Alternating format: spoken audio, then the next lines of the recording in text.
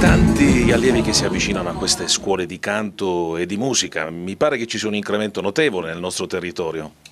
Sì, noi siamo partiti da Mazzara del Vallo, l'accademia si chiama The Vocal Academy, il mio meraviglioso socio è Riccardo Russo, con lui abbiamo aperto la prima proprio a Mazzara, da lì abbiamo incominciato a diramare un po' in molte, sia nella provincia di Palermo che nella provincia di Trapani, siamo arrivati da poco ad Alcamo con i fratelli Calandra che oltretutto sono musicisti meravigliosi e c'è un incremento sostanzialmente perché è diventato un punto di riferimento per imparare a studiare canto con un certo metodo e con una certa qualità. Beh, avere poi una firma come Silvia Mezzanotte, che ha cantato tanti anni con i Mattia Bazar e che ha vinto anche un festival di Sanremo, credo che sia una sicurezza per chi si avvicina a questa attività. Beh, io non credo che necessariamente sia il fatto di avere, come dire, una carriera di successo sul palco si possa collegare al fatto di sapere poi trasferire le tue esperienze. Credo di esserci portata da sempre, in buona sostanza perché sono stata una ragazzina molto timida, per cui mi piace molto l'idea di avere creato insieme a Riccardo un metodo che permette di affrontare sia le questioni tecniche sia le questioni emotive che sono fondamentali per chi vuole affrontare il palco. Parlavi di aspetti emotivi, credo che l'aspetto emotivo delle grandissime emozioni sul palco di Sanremo sia qualcosa di particolare, specialmente anche nel 2002 quando avete vinto con Messaggio d'amore.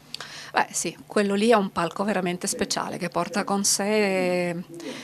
delle emozioni che finché non sei lì non te l'aspetti, cioè tu dici beh vabbè ho già affrontato, fatto, e no, quando arrivi lì è come se si respirasse l'aria di tutti gli artisti e di tutte le emozioni che gli artisti che sono passati di lì hanno lasciato e quindi affrontarlo è complesso, a maggior ragione.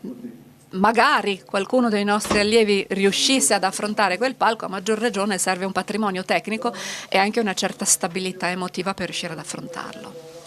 I successi di oggi, così, confrontandoli ai cantanti che come te sanno utilizzare l'ugola in maniera diversa, ti senti di dare un aspetto critico o condividi l'evoluzione della canzone, della musica?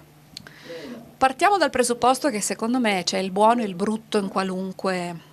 generazione.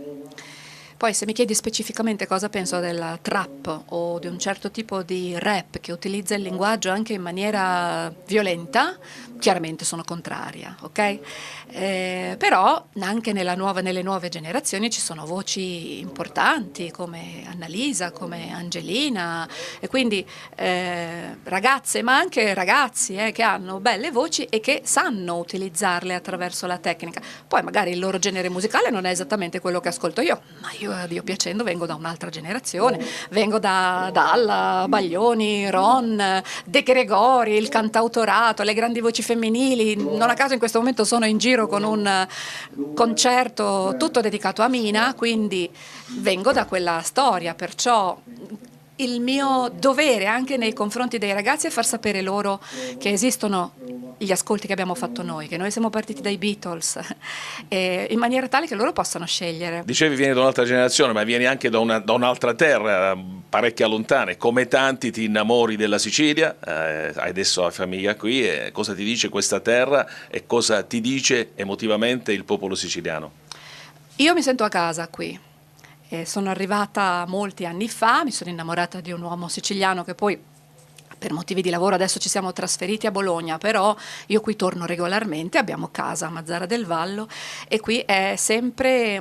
una capacità d'accoglienza. Noi emiliani, perché io sono bolognese, siamo convinti di nostro di essere accoglienti. Poi quando vieni in Sicilia capisci che cos'è la vera accoglienza, perché è proprio un modo di fare completamente diverso, è mettere a disposizione tutto quello che hai e offendersi in qualche modo se non capisci questa, non accetti questa. Cioè io sono abituata che suono il campanello di casa e aspetto giù per non disturbare, se lo fai in Sicilia ci si offende. Devi salire, devi giustamente prendere il caffè, il dolcino, chiacchierare un po' e poi giustamente. Quindi è un'altra forma di accoglienza. Puoi arrivare a qualsiasi orario che qui la porta è aperta, la tavola è imbandita, se ti serve dormire il bagno tu puoi fare quello che vuoi, questo succede solo qui.